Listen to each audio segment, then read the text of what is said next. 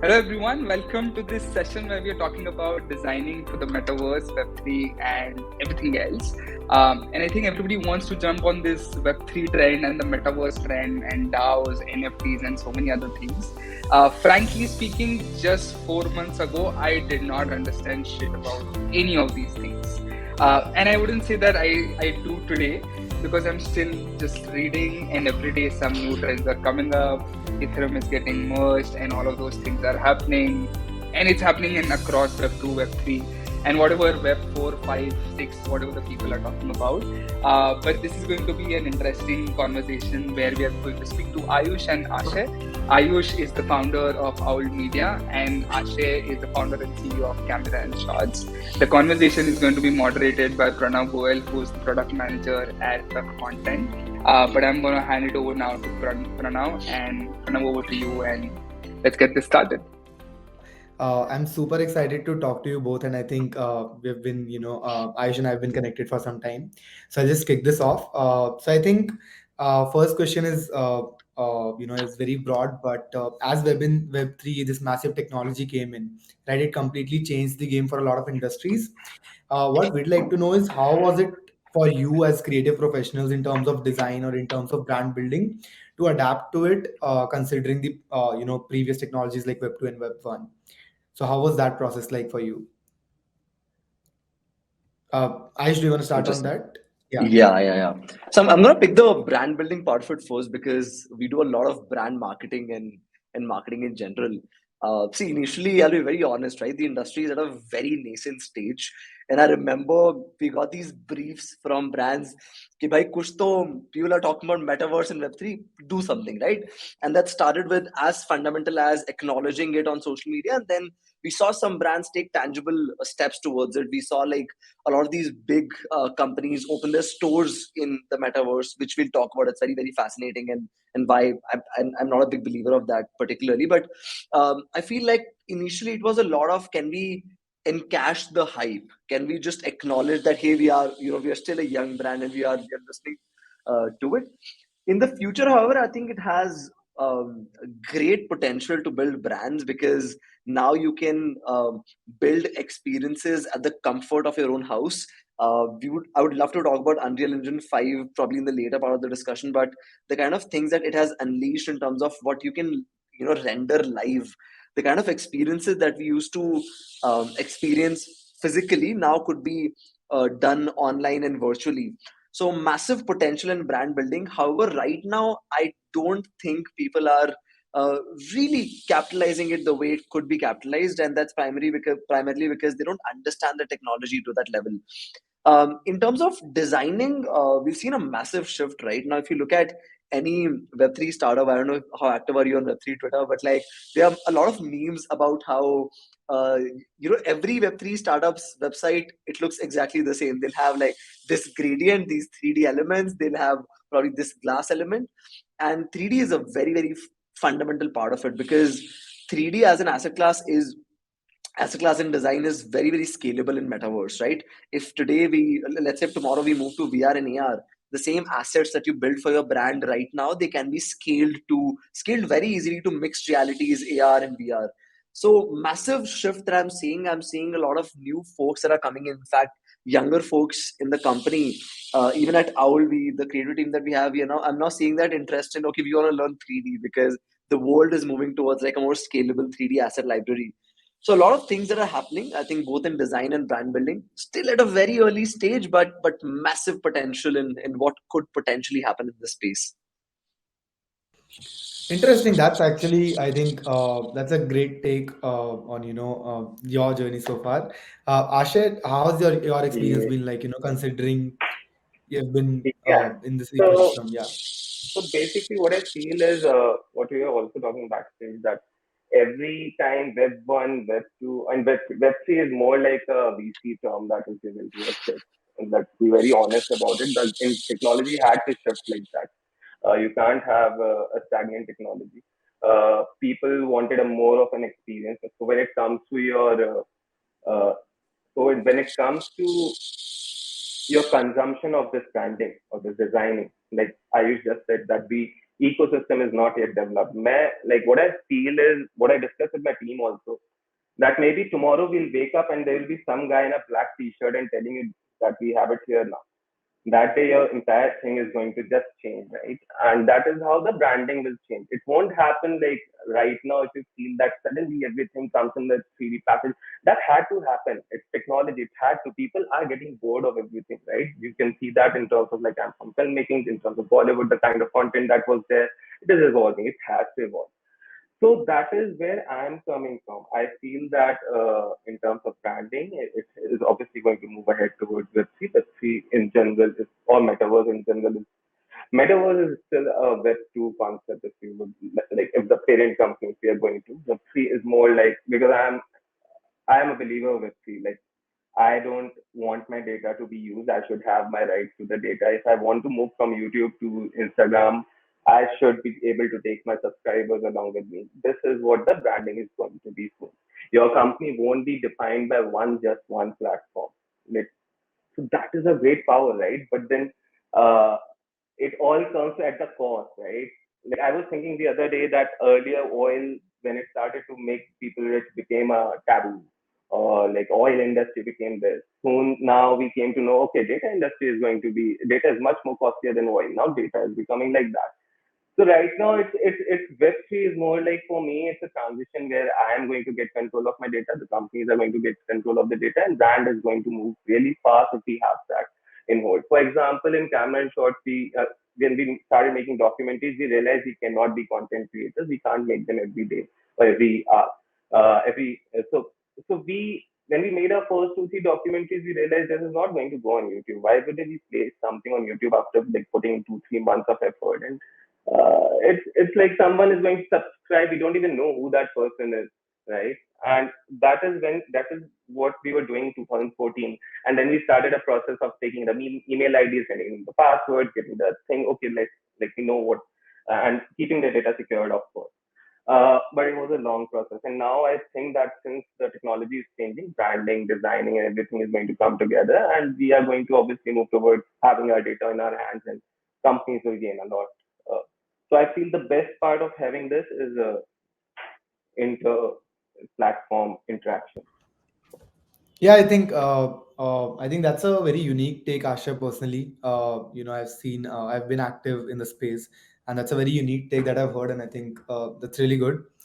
So I think, folks, how has have you faced any differences like working on Web 2 projects, working on normal projects like a year back maybe, and today when you take on Web 3 projects, for example, Asha, as you're doing a documentary on blockchain itself. So how's the thought process been like? Is there any difference in the implementation or any particular component that you think that this is affected by Web 3 designing or Web 3 creative process? I think the projects that I have been looking at, because we had to research a lot, the projects we had been looking at that are made on these Web3 blockchains are, the best thing is they are not defined by age. They are not defined by a place. They're not defined by the amount of resources you need. Because I remember I'm from Kharagpur, I'm from IIT Kharagpur. My friends got placed in different companies, and one of my friends went to a really great software company, and he went there saying that I won't get such power in any other company. I won't have such powerful systems in any other company. That's he's going to like break that off. Like that's what I'm seeing nowadays. People are not making such great projects right now. It's a very nascent stage. They're making very building blocks of this part right now. But as the time goes up, we'll be creating something really, really. That's what I see. This is how it Yeah, will I be. think would love to know Ayush's take on this as well. I think we've been following out since the beginning days. So with working for projects, with working for normal, creative ads that you see on IPL, etc., and now creating particularly for brands that are Web3 focused. What's the Yeah. difference in the process or thought process been like?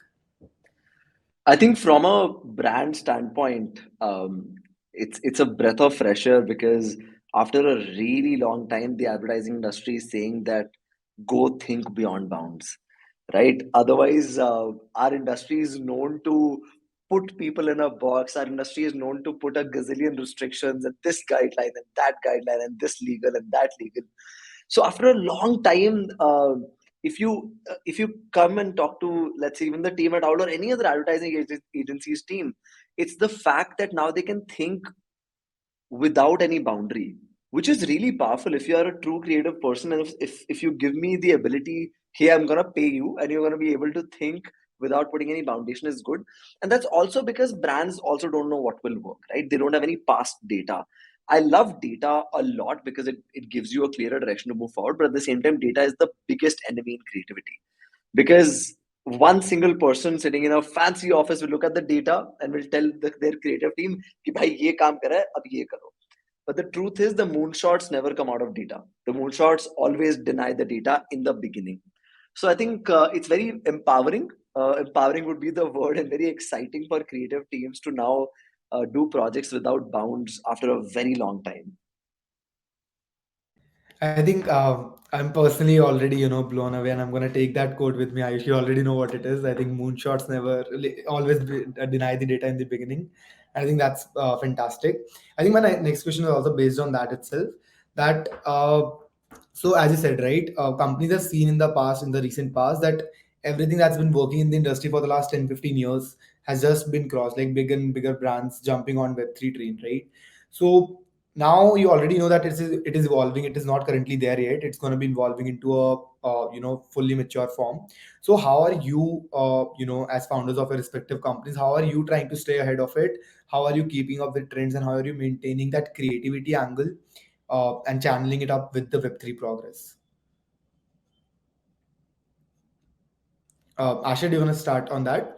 I think basically, how are you preparing for the future that is awaiting to come?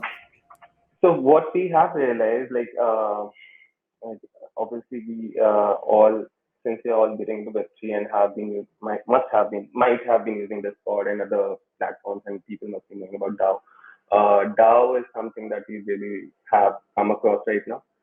What I feel is that it helps the team to explode. It helps the team to have, for example, if I'm going in for any kind of, this is what the future looks to me. That if I'm going in for any kind of project, earlier, if I could hire only one person for one thing, now I can have 100 people doing the same thing, and I can divide that thing, and those people are not bounded by a company. And that is where the whole bonded labor thing goes out, right? I am literally against that part of my entire life. I never sat down for placements. I always felt, my dad used to teach me from the class fifth, that he gave me Rich Dad Poor Dad when I was in class fifth.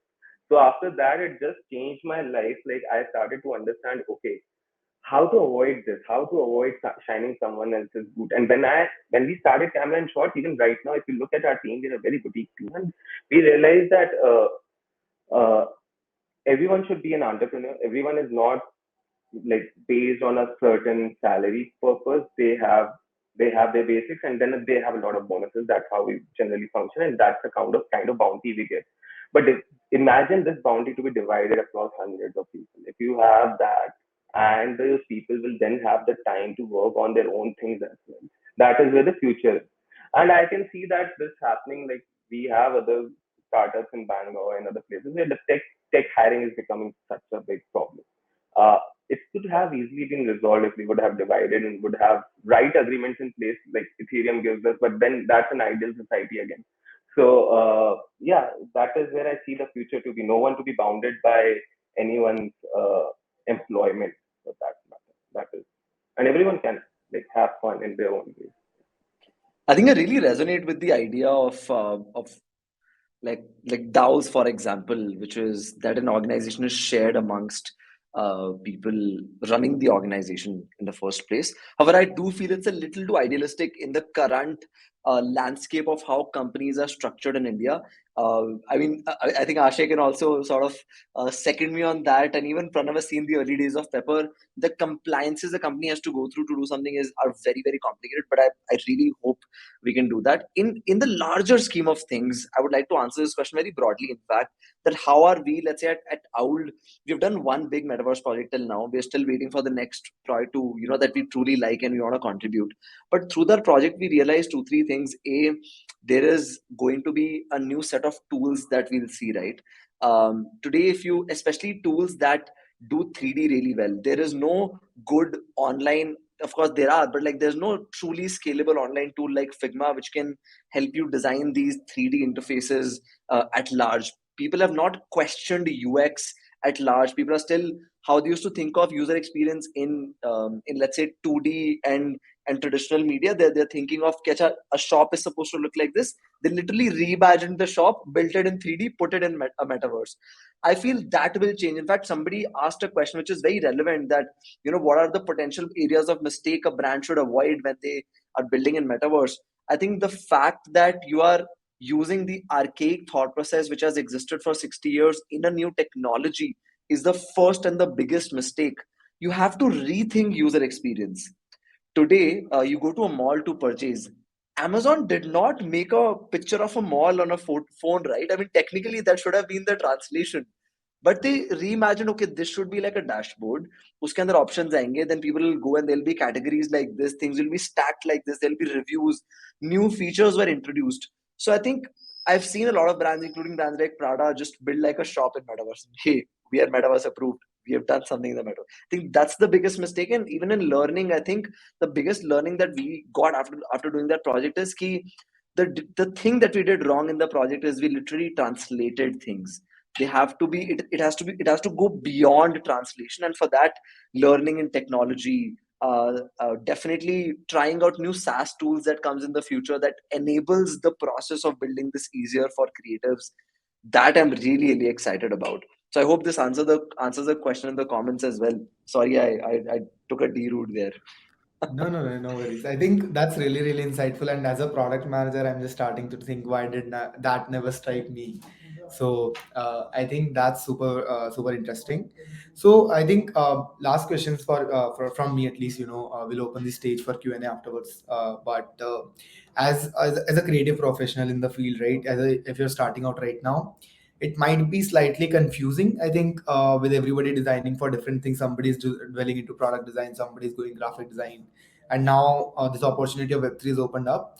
So as per your experience, how did and when did you decide that you want to enter into Web3 projects, you want to do more of metaverse projects, and how do you suggest that as a three tips, simply three tips for a person, whether or not they should be working towards Web3 design, and if they should, what are these tips that you would suggest?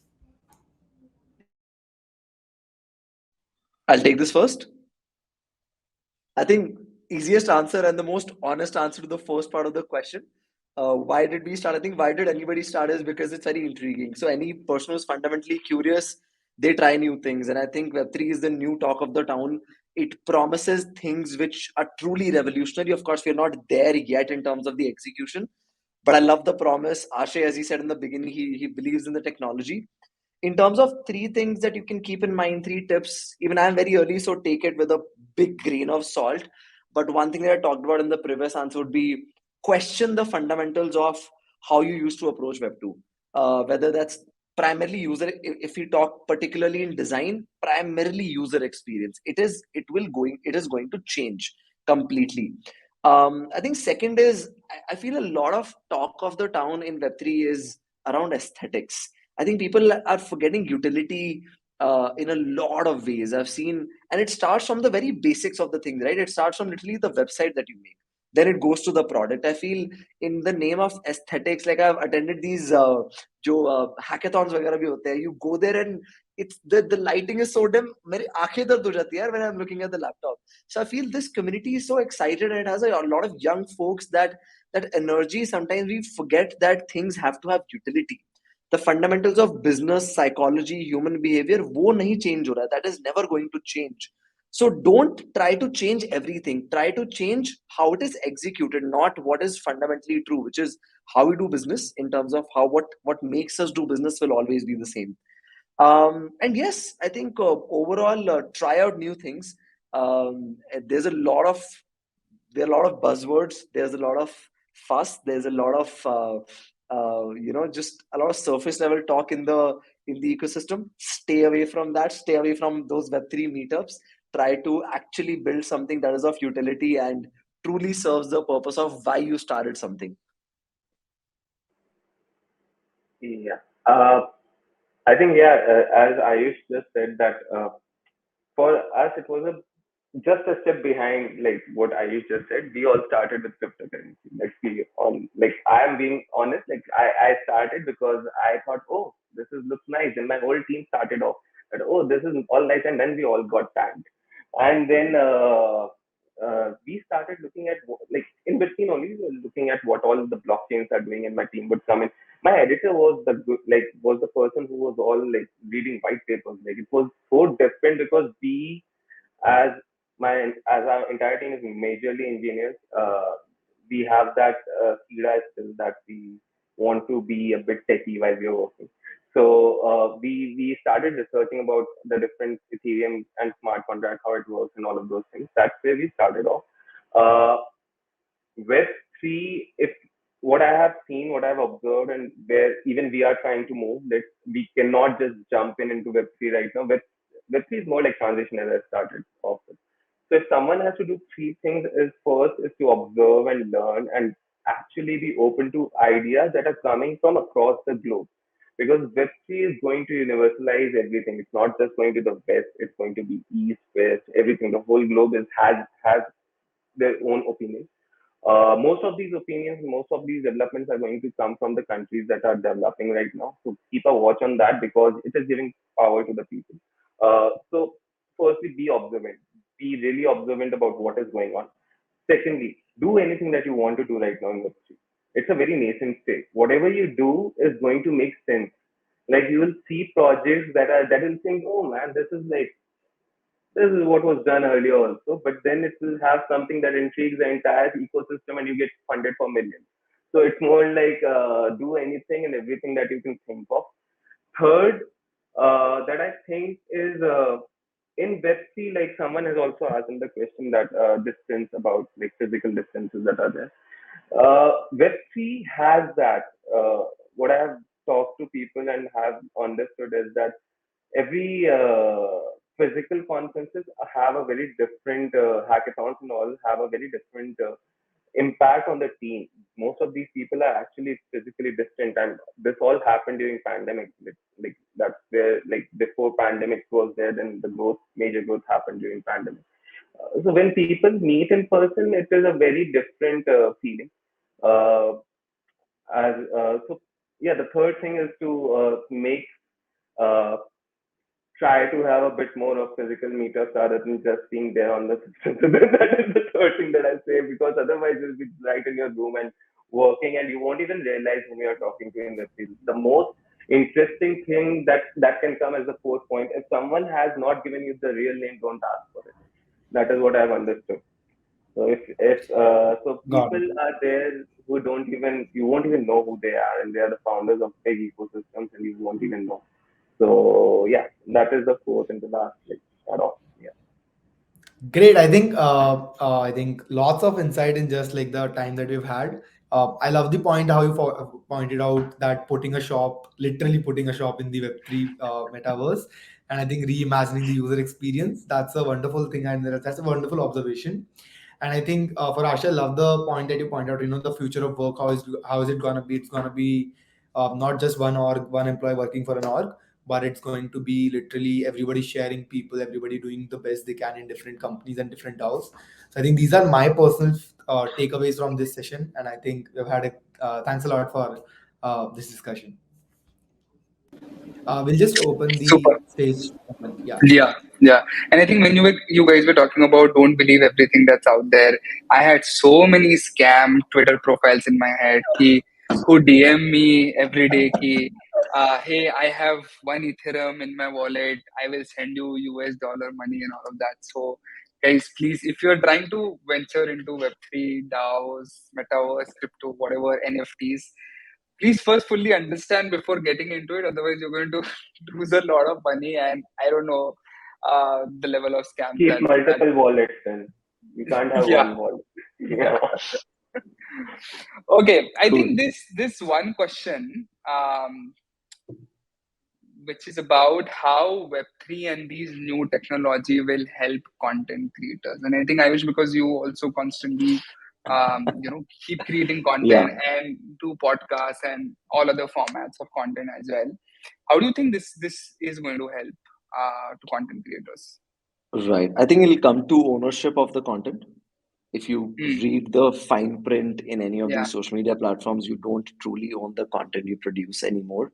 More Yeah. than the ownership, it's the fact that your day-to-day success, which is really important as a content creator, it's a very the job requires a steady in stream of people coming back, right? It is dependent on people coming back to watch your content, is highly dependent on what the platform chooses. So Yeah. tomorrow, if they choose to prioritize something else, Mm. your job may be at risk, and that's the reason why creators are continuously diversifying. Creators are moving to 4 different platforms. They're moving to building courses. They're moving to building D2C or e-com stores. And there's a constant sense of insecurity that a creator has throughout their journey because Asha, Instagram decided to do this. So definitely, I Yeah. think fundamentally, Web3 has the potential to remove this. How, I'm yet to see. I don't have a strong hypothesis on how it's going to happen. I've seen a couple of projects come through, but nothing that I truly believe in right now. But what the white paper of the technology says, I think it has the potential to just remove like the power that these platforms have, and you'll be able to connect with the users hopefully directly. Yeah. Yeah. Ashay, do you want to add some points if you have seen any Uh, creators using the no, I metaverse? think Ayush has said that, and it's actually right because I'm just concerned about like what is the trade-off we are going to have for data now. Like, what is the next thing? So that will create the 4.0. So I'm Yeah. just Yeah. thinking about what we are going to trade off there. But rest Yeah. everything is fine. Yeah. Yeah. And I think how the Web2 platforms sort of have evolved into like a Web3 new version of it. Like how we had Substack, there is now Mirror where people are writing and their writing can be sold as an NFT. So I think some of these things might sort of start for content creators. I'm not sure how in the video space or let's say in some other formats this might go. But We it's tried to think about it. It was majorly Metaverse can help us a lot to set up theaters. And that's what I'm saying. Hardware has to evolve as fast as the software is evolving. Maybe we can have theater experience in our own, and the NFT thing that you said can connect uh, there as well.